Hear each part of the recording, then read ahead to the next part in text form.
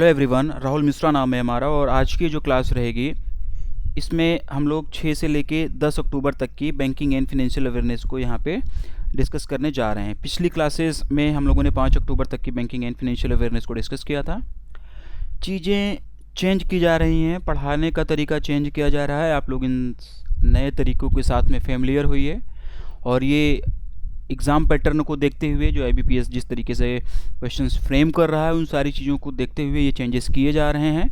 आने वाले टाइम पे बहुत सारे चेंजेस आप लोगों को देखने को मिलेंगे। उसके लिए मेंटली, फिजिकली, इमोशनली और जिस तरीके से प्रिपेयर होना चाहते हो आप लोग होते रहिएगा। पहला न्यूज़ हमारे सामने है और इसमें क्या बोला गया है कि interest rates for small saving schemes unchanged for Q3 of financial year 25। ठीक है, वित्त वर्ष 2025 के Q3 के लिए जो स्मॉल सेविंग स्कीम्स हैं उसका जो इंटरेस्ट रेट है वो अनचेंज्ड है, चेंज नहीं किया गया है। ठीक है, वित्त मंत्रालय ने वित्त वर्ष 2024-25 का जो Q3 है, और ये Q3 कब से कब तक चलेगा ये भी जान लेना, ठीक ना। ये इस ड्यूरेशन के लिए जो स्मॉल सेविंग स्कीम्स हैं उनका जो इंटरेस्ट रेट है उसको अपरिवर्तित, मतलब उसमें कोई चेंजेस नहीं किया हुआ है। ठीक है, इसका मतलब ये हो जाएगा कि पिछले क्वार्टर में जो इंटरेस्ट रेट था वही है, यानी कि जुलाई से लेकर सितंबर तक वाला जो क्वार्टर था उसमें जो इंटरेस्ट रेट है वही इंटरेस्ट रेट बरकरार रखा गया है। ठीक है, क्या क्या इंटरेस्ट रेट है ये थोड़ा सा हम लोग जानते हैं क्योंकि यहाँ से क्वेश्चन बनते हैं। ठीक है, यहाँ से क्वेश्चन बन सकते हैं, तो ये हम लोगों के लिए जानना थोड़ा सा ज़रूरी हो जाएगा। ठीक है, तो पहला क्या है, सुकन्या समृद्धि योजना की अगर हम लोग बात करेंगे तो 8.2% है। 1 year post office time deposit की बात करेंगे तो 6.9%। 2 year post office time deposit की बात करेंगे तो 7%। 3 year post office term deposit की अगर हम लोग बात करेंगे तो 7.1%। ये जो 1 ईयर, 2 ईयर, 3 ईयर, 5 ईयर दिया गया है ये ज़्यादा इंपॉर्टेंट नहीं होता है क्योंकि चीज़ें पढ़ रहे हैं तो पढ़ा दिया जा रहा है। यहाँ ये मतलब ये एग्जाम पॉइंट अभी उतना ज़रूरी नहीं होता, तो इसको पढ़ लेना आप लोग। यहाँ पे आगे बढ़ता हूँ मैं, बात करते हैं PPF की, जो ज़्यादा ज़रूरी है और जो ज़्यादा पूछा जाता है। PPF पे इंटरेस्ट रेट कितना चल रहा है, 7.1% का चल रहा है। पोस्ट ऑफिस सेविंग डिपॉजिट पे हमारा 4% का चल रहा है, ये भी ज़रूरी है। किसान विकास पत्र पर 7.5% का है। मेच्योरिटी पीरियड कई बार पूछते हैं तो 115 महीने का है। नेशनल सेविंग सर्टिफिकेट NSC पे 7.7% का। मंथली इनकम स्कीम MIS पर 7.4 का। महिला सम्मान सेविंग सर्टिफिकेट MSSC पे 7.5%। सीनियर सिटीजन सेविंग स्कीम पे 8.2% का। ठीक है, तो ये इंटरेस्ट रेट चल रहा है अभी वर्तमान में, ये भी आप लोग याद रखिएगा। ठीक है, आगे बढ़ते हैं हम लोग, अगले पॉइंट्स की तरफ बढ़ते हैं। तो इसमें क्या बताया गया है, देखो ये जो स्मॉल सेविंग स्कीम्स होती हैं ना, ये गवर्नमेंट ऑफ इंडिया के द्वारा बैक्ड होती हैं और इनका जो मेन उद्देश्य ये होता है कि जो भी लोग हैं उनके बीच में छोटी बचत को प्रमोट करना, छोटी छोटी बचत के बारे में उनको अवेयर करना, प्रोत्साहित करना। ठीक है, और ये होता क्या है कि इस पर इंटरेस्ट रेट वगैरह अच्छा मिल जाता है। ठीक है, जो बैंक में हम लोग जो FD वगैरह करते हैं उससे ज़्यादा इंटरेस्ट रेट कई बार इसमें मतलब मिलता ही है। तो इसलिए ये योजनाएं जो होती हैं ये थोड़ा सा ज़्यादा पॉपुलर होती हैं और सरकार भी चाहती है कि लोग छोटी छोटी बचत करें और इस स्मॉल सेविंग स्कीम्स में इन्वेस्ट करें। इसके साथ साथ में इन स्कीम्स का एक फ़ायदा ये भी होता है कि कुछ सारी स्कीम्स ऐसी होती हैं जो कि इनकम टैक्स एक्ट के सेक्शन 80C के तहत में टैक्स का बेनिफिट भी देती हैं, उस पर टैक्स बेनिफिट भी मिलता है। कौन कौन सी स्कीम है वो जिस पर टैक्स बेनिफिट मिलता है, NSC, SCSS, SSY और PPF। ठीक है ना, अब ये सब PPF है, ये सब समझना आप लोग, शॉर्ट फॉर्म लिखा गया है। ठीक है, तो ये चीज़ भी आप लोग जान लेना।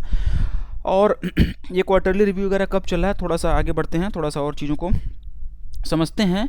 2016 से ही मिनिस्ट्री ऑफ फाइनेंस जो है वो क्वार्टरली बेसिस पर, ठीक है ना, एवरी क्वार्टरली बेसिस पर स्मॉल सेविंग स्कीम्स का जो इंटरेस्ट रेट होता है उसको रिव्यू करता है और टाइम टू टाइम चेंज करता है। तो ये क्वार्टरली बेसिस याद कर लेना एक चीज़। ठीक है, अब बात कर लेते हैं थोड़ा सा नेशनल स्मॉल सेविंग फंड्स के बारे में।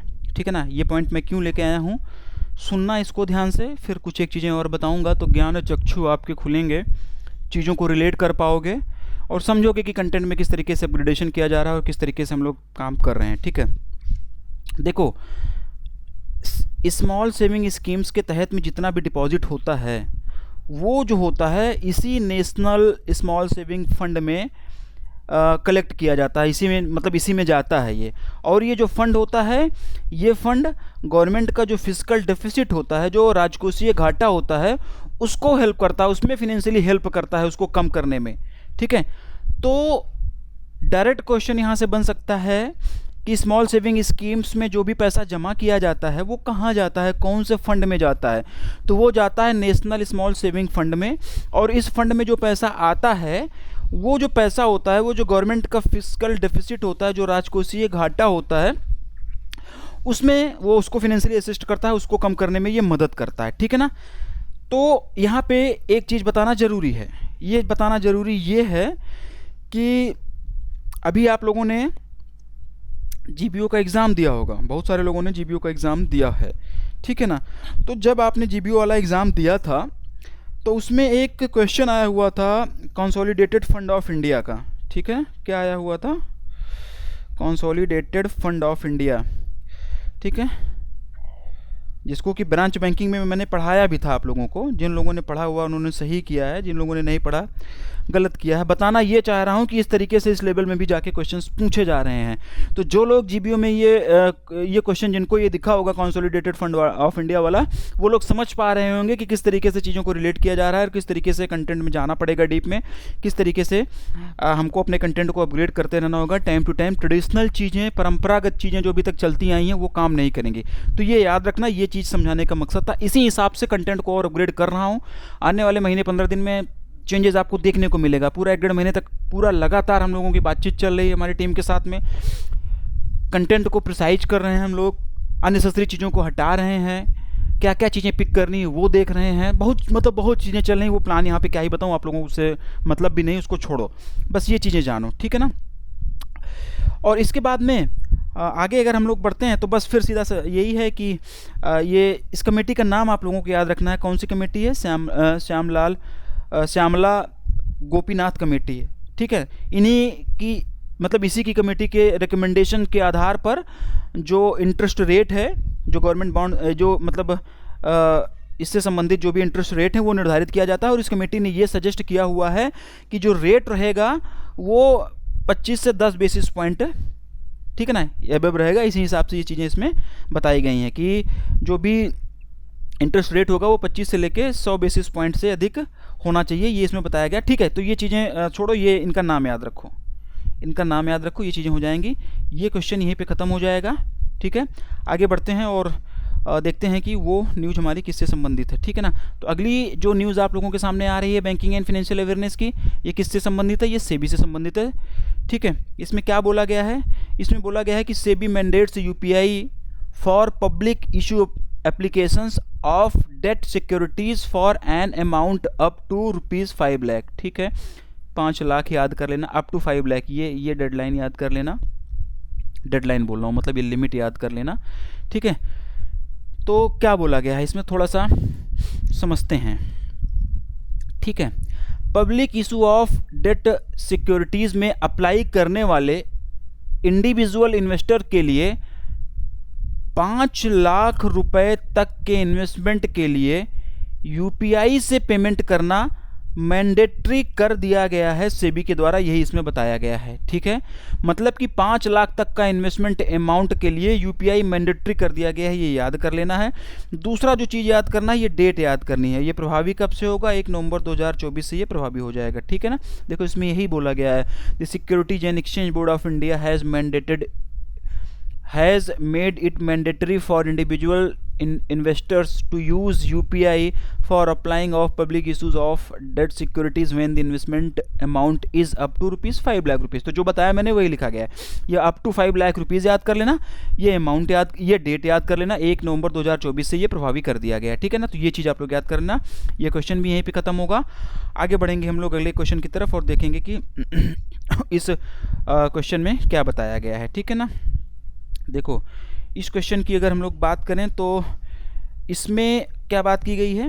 New UPI auto pay rule, no 24 hour pre debit alert for FASTag and RuPay NCMC.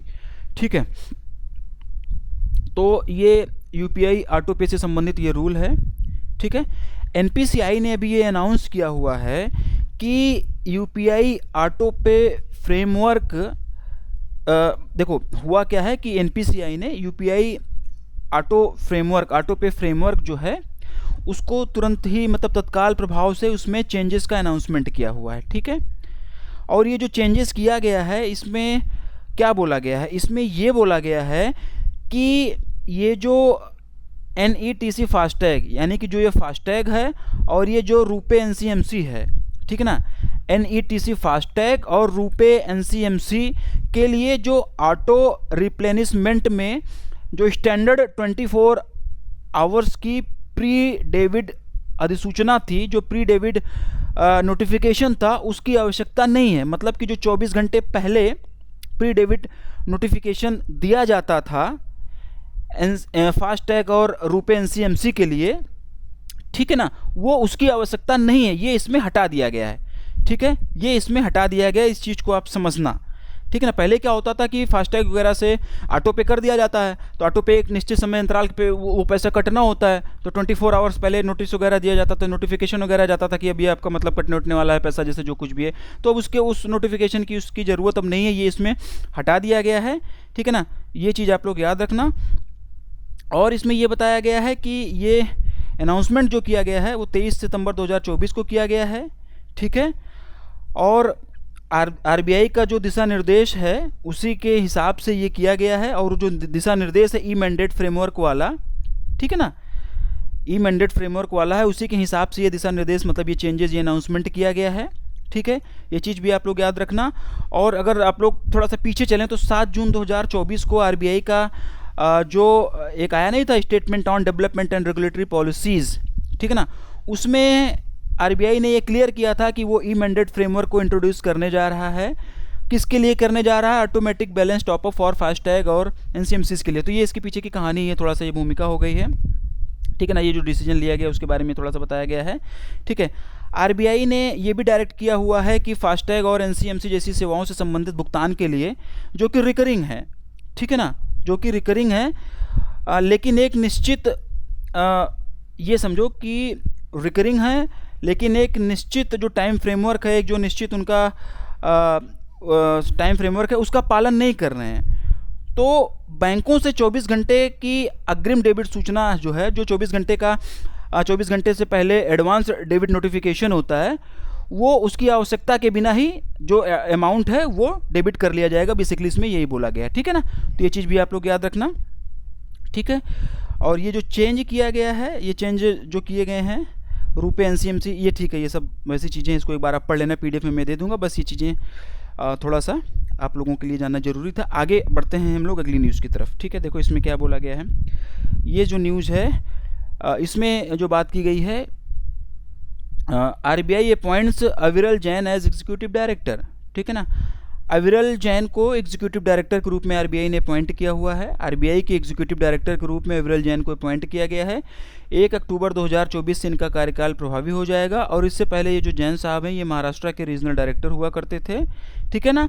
नया रोल में अपने ये जैन साहब जो हैं वो लीगल डिपार्टमेंट देखेंगे, premises department and act as first, ठीक है।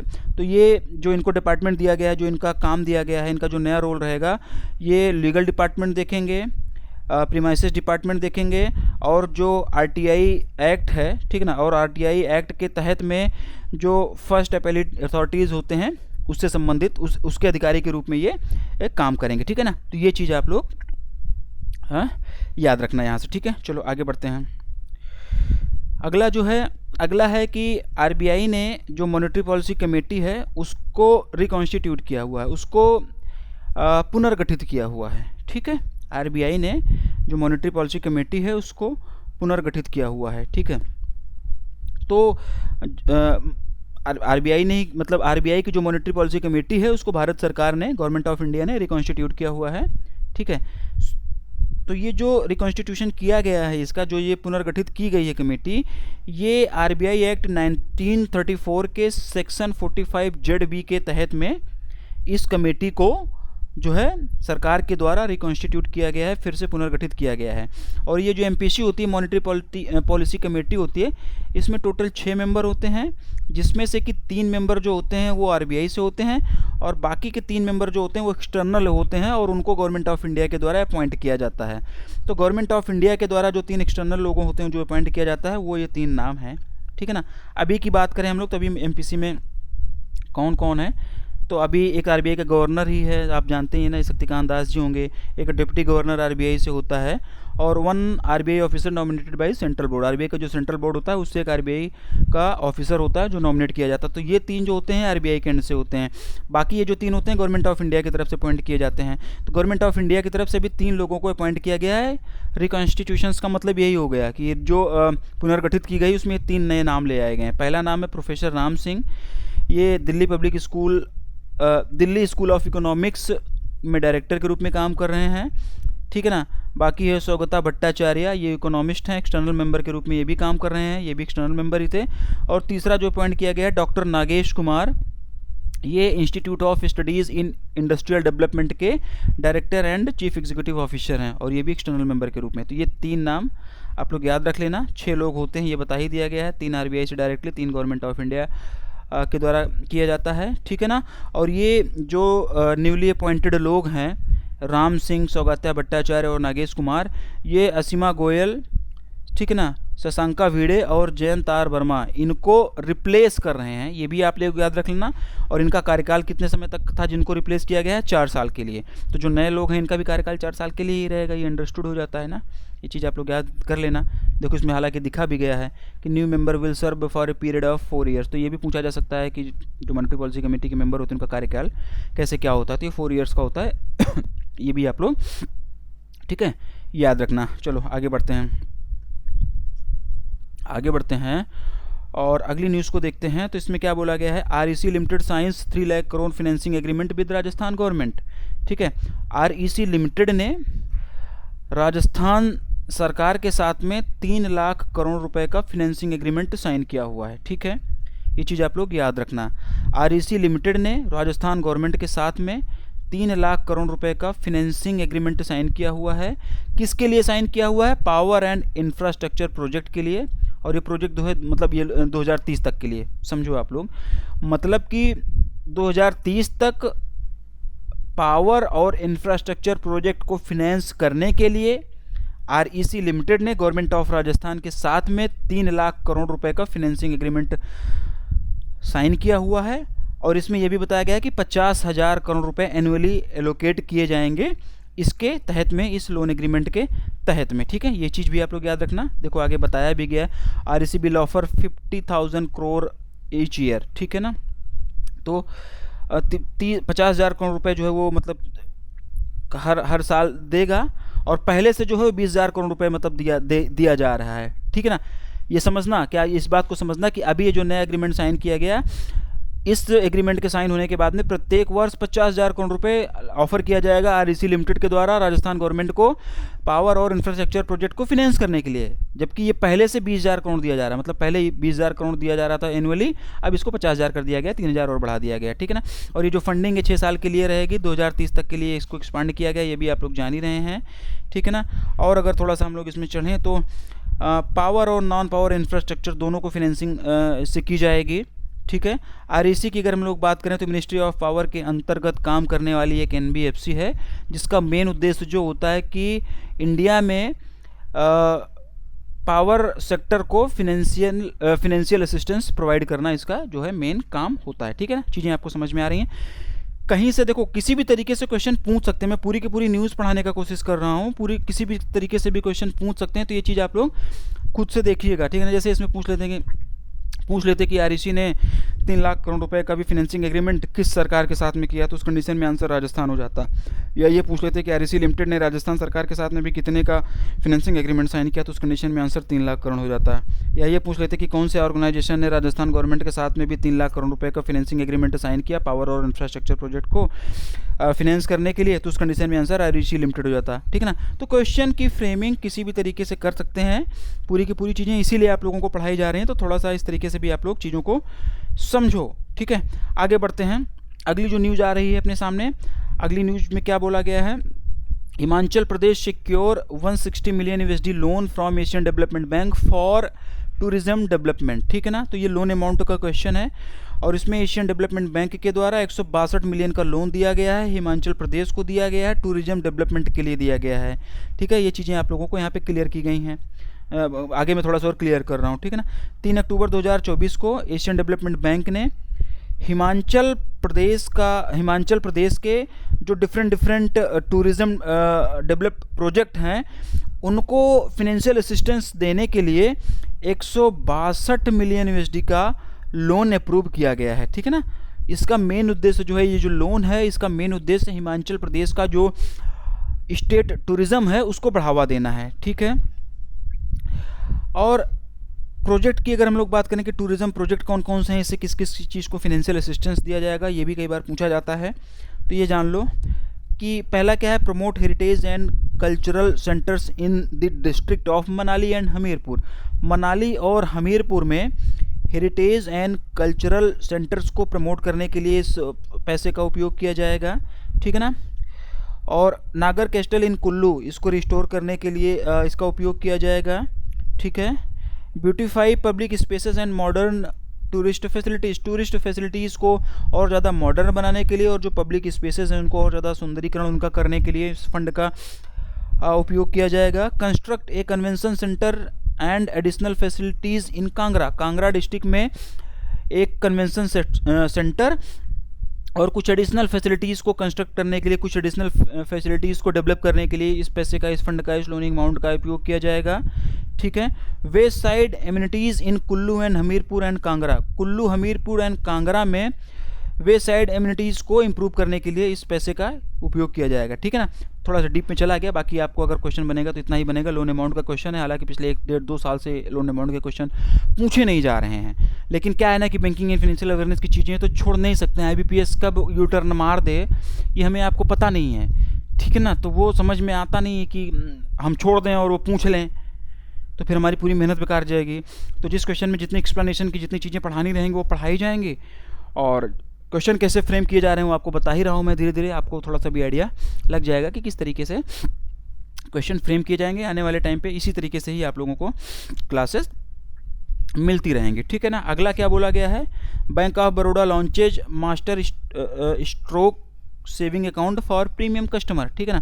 क्वेश्चन बहुत ज़्यादा इंपॉर्टेंट है नहीं ये, क्योंकि कौन क्या सेविंग अकाउंट लॉन्च कर रहा है ये सब पूछा नहीं जा रहा पिछले 1-2 साल से, लेकिन छोड़ नहीं सकते हैं। तो ये चीज़ थोड़ा सा कराऊंगा मैं, बस जो चीज़ें शॉर्ट कर दूंगा, अगर जितना एक्सप्लेनेशन की ज़रूरत है उतना ही करूंगा, ठीक है ना। इसमें क्वेश्चन कैसे बन सकता है, इसमें ऐसे बन सकता है कि ये सेविंग अकाउंट का नाम दे देंगे और पूछ लेंगे कि किस बैंक ने लॉन्च किया, तो आप बता दोगे बैंक ऑफ बड़ौदा, ठीक है ना।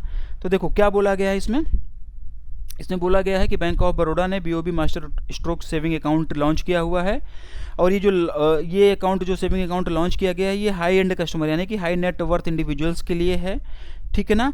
और इसके साथ साथ में सचिन तेंदुलकर जी को बैंक ऑफ बड़ौदा ने अपना ग्लोबल ब्रांड एम्बेसडर बनाया है। तो ये चीज़ें पूछी जा सकती हैं, अगर पूछी जाएंगी तो ये थोड़ा सा देख लेना, ठीक है। ये चीज़ें यहाँ पे ज़रूरी हो जाएंगी। बाकी बताया ना कि ये हाई एंड कस्टमर्स के लिए, जो हाई नेटवर्थ इंडिविजुअल्स हैं उसके लिए ये लॉन्च किया गया है। एक चीज़ इसमें और बताया गया है कि master stroke account is design to offer, ठीक है, एक्सक्लूसिव सर्विसेज दी जाएंगी कस्टमर्स को, यानी कि प्रीमियम बैंकिंग एक्सपीरियंस दिया जाएगा हाई नेटवर्थ इंडिविजुअल्स वाले जो कस्टमर्स होते हैं। और इसमें एक चीज़ ये जो है कि जो इसके अकाउंट होल्डर होंगे उनको क्वार्टरली एवरेज बैलेंस QAB जो है ये 10 लाख मेंटेन करना होगा। ये अगर पूछा जाएगा तो पूछा जाएगा, अदरवाइज इंपॉर्टेंट नहीं है। दो ही चीज़ इस पूरे चीज़ में इंपॉर्टेंट है, सचिन तेंदुलकर को ब्रांड एम्बेसडर बनाया गया और इसीलिए master stroke saving account launch भी किया। देखो ना, थोड़ा सा चीज़ों को रिलेट करो आप लोग। सचिन तेंदुलकर को मास्टर ब्लास्टर बोला जाता था, फिर ऐसे इस तरीके से ना, तो इसी तरीके से किया गया। और ज़्यादा से ज़्यादा अगर कुछ पूछेंगे तो ये अकाउंट का नाम saving master stroke saving account दे देंगे और आपसे पूछ लेंगे कि कौन सी बैंक ने लॉन्च किया था, ठीक है ना। तो ये भी न्यूज़ यहीं पर ख़त्म होगी, इसमें और कुछ बचा नहीं है, ठीक है ना। आगे आओ, बढ़ो, आगे बढ़ते हैं। आगे अगर हम लोग बढ़ते हैं तो यहाँ पे जिक्र किया गया है ICICI बैंक का और फ़ोनपे का और UPI का जिक्र किया गया है। क्या बोला गया है, ICICI bank partners with PhonePe to offer instant credit on UPI पर इंस्टेंट क्रेडिट फैसिलिटी ऑफर करने के लिए ICICI बैंक ने फ़ोनपे के साथ में पार्टनरशिप किया हुआ। बस इतनी सी न्यूज़ है, कुछ एक पॉइंट तो थोड़ा बहुत देना ही पड़ता है। तो यहीं पर ये बात खत्म हो जाएगी। क्वेश्चन कैसे बनता है, क्वेश्चन बन जाएगा कि किसके साथ पार्टनरशिप किया, तो फ़ोन पे बता देंगे। बैंक का नाम पूछेंगे तो ICICI बैंक आप लोग बता देना, ठीक है ना। इस तरीके से आप लोग मतलब समझना कि क्वेश्चन किस तरीके से पूछा जा सकता है। तो ICICI बैंक ने फ़ोनपे के साथ में पार्टनरशिप किया हुआ है, जिससे कि UPI पर, ये चीज़ याद रखना, UPI पर इंस्टेंट क्रेडिट की फैसिलिटी प्रोवाइड की जा सके फॉर प्री अप्रूव्ड कस्टमर्स। पहले से जो प्री अप्रूव्ड कस्टमर्स जो होते हैं उनको UPI पर इंस्टेंट क्रेडिट फैसिलिटी प्रोवाइड की जा सके, इसके लिए ICICI बैंक ने फ़ोनपे के साथ में पार्टनरशिप किया हुआ है। और फ़ोनपे ऐप के जरिए ही जो एलिजिबल कस्टमर्स होंगे उनको मिलेगा, क्रेडिट फैसिलिटी जो है वो प्रोवाइड कराई जाएगी, ठीक है ना। एक चीज़ इसमें और बोला गया है कि the offering allows customers to access credit up to 2 lakh rupees, ठीक है ना। ये चीज़ याद कर लेना कि अप टू 2 लाख रुपीज़, यानी कि 2 लाख रुपए तक की क्रेडिट फैसिलिटी दी जाएगी इसके तहत में, और वो 45 डेज ऑफ रीपेमेंट पीरियड के लिए दिया जाएगा। तो ये 2 चीज़ आप लोग याद कर लेना। ये पूछा जा सकता है कि किसके तहत में कितने लाख रुपए तक की क्रेडिट दी जा सकती है, तो उस कंडीशन में आंसर हो जाएगा 2 लाख रुपए तक की क्रेडिट दी जाएगी जो ये पार्टनरशिप की गई है, और उसको 45 दिन में रिपेमेंट भी करना होगा, तो 45 डेज रिपेमेंट पीरियड होगा इसका। ये चीज़ भी आप लोग याद कर लेना। बस ये चीज़ें मतलब इतना ही इस क्वेश्चन में है, और इससे ज़्यादा कुछ और इसमें पढ़ाने जैसा है नहीं, ठीक है ना। और क्वेश्चन किस तरीके से बनने हैं मैं बता रहा हूँ ना, आप लोग इस तरीके से देखते जाना, खुद ही आप लोगों को मैंने बोला ना कि आदत पड़ जाएगी। 2-3 क्लासेस आप लोग देखोगे तो चीज़ें खुद ही समझ में आने लगेंगी आप लोगों को, कहीं कोई दिक्कत नहीं है कि बाकी मैं तो हूँ ही साथ में, सारा चीज़ कराते हुए ले चलूँगा, साथ लेके चलूँगा, छोड़ूंगा नहीं, आप लोगों को क्लियर करते हुए चीज़ें चलूँगा। कंटेंट में भी चेंजेस हो ही रहे हैं, देख ही रहे हैं चीज़ें, आप लोग देख ही रहे हैं कि चीज़ें अपग्रेड की जा रही हैं। नई चीज़ें हैं, अडॉप्ट करने में दिक्कत आती है, हमें भी दिक्कत आ रही है इस तरीके से पढ़ाने में और इस तरीके से करने में। पहले हम अपना शॉर्ट नोट्स बना लेते थे, अभी इस तरीके से भी करना तो हमारा काम बढ़ गया है, हमारी चीज़ें और हो गई, लेकिन कोई बात नहीं, वो सब सेकेंडरी है। सिलेक्शन आप लोगों को लेना है, उसके लिए हर संभव प्रयास किया जाएगा IBPS के पैटर्न को ध्यान में रखते हुए। कुछ हमारे जो इंटरनल सोर्सेज हैं उसके माध्यम से आप लोगों को अच्छा कंटेंट हम लोग प्रोवाइड कराने की कोशिश लगातार करते रहते हैं। और आप लोग भी अगर इस क्लास को देख रहे हैं, यूट्यूब पर फ्री में देख रहे हैं, पेड क्लासेस में देख रहे हैं, और बैंक में आप काम करते हैं, कोई एक आपका स्पेसिफिक एरिया है जो उसमें आप लोगों को अच्छी नॉलेज है और हमारी हेल्प करना चाहते हैं, तो आप डायरेक्टली हमसे अप्रोच कर सकते हैं। लोगों का थोड़ा सा भला हो जाएगा इससे। फ़िलहाल वापस आते हैं, और इसमें क्या बोला गया है कि Jio financial services limited and BlackRock receives SEBI's in principle approval for the mutual fund business, ठीक है ना। ब्लैक रॉक और जियो फाइनेंशियल सर्विसेज को सेबी से अप्रूवल मिल गया है म्यूचुअल फंड बिजनेस के लिए, ठीक है। ये चीज़ हो गई पहला तो यही इसमें न्यूज़ है। और ये जो ब्लैक रॉक है ये US बेस्ड कंपनी है, US बेस्ड दुनिया का लार्जेस्ट एसेट मैनेजर है, ठीक है ना, जो कि लगभग 10 ट्रिलियन USD से ज़्यादा का ग्लोबल एसेट मैनेज कर रहा है, ठीक।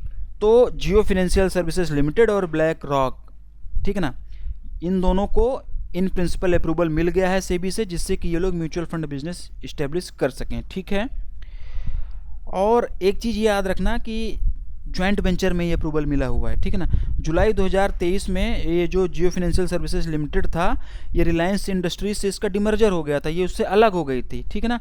तो जब वो ये जो JFSL है, जियो फाइनेंशियल सर्विसेज लिमिटेड, ये जब 2023 में रिलायंस इंडस्ट्रीज से अलग हो गई थी, तो उसके बाद में इस JFSL ने ब्लैक रॉक के साथ में मिलकर 50-50 की पार्टनरशिप में एसेट मैनेजमेंट सर्विस इंडिया में लॉन्च किया हुआ था, ठीक। और उसके बाद अप्रैल 2024 में इन दोनों कंपनियों ने एक और जॉइंट वेंचर क्रिएट किया हुआ था, किस लिए? Wealth management and broking operation in country, ठीक है ना। देश में अपने मतलब इंडिया में वेल्थ मैनेजमेंट और ब्रोकिंग संचालन स्थापित करने के लिए, ब्रोकिंग ऑपरेशंस के को ऑपरेट करने के लिए ये एक जॉइंट वेंचर और क्रिएट किया हुआ था, ठीक है। तो ये चीज़ आप लोग याद रख लेना, ठीक। और इसमें बहुत ज़्यादा कुछ करना नहीं है, डायरेक्टली क्वेश्चन अगर यहाँ से बनेगा तो वैसे ही बन जाएगा कि सीधे सीधे पूछ लेंगे कि जियो फाइनेंशियल सर्विसेज ने और किस कंपनी को अभी हाल ही में सेबी से इन प्रिंसिपल अप्रूवल मिला हुआ है इंडिया में म्यूचुअल फंड बिजनेस करने के लिए, तो आप उस कंडीशन में ब्लैक रॉक लगा देंगे, ठीक है ना। तो इस तरीके से ये क्वेश्चन यहीं पे ख़त्म करेंगे। आगे देख लेता हूँ कुछ है कि नहीं, आगे कुछ नहीं है। आगे ठीक, आगे 11 से 15 का कंटेंट रेडी है, उसकी रिकॉर्डिंग में बाद में करूँगा। आज की क्लास यहीं पर हम लोग ख़त्म करेंगे, ठीक है ना।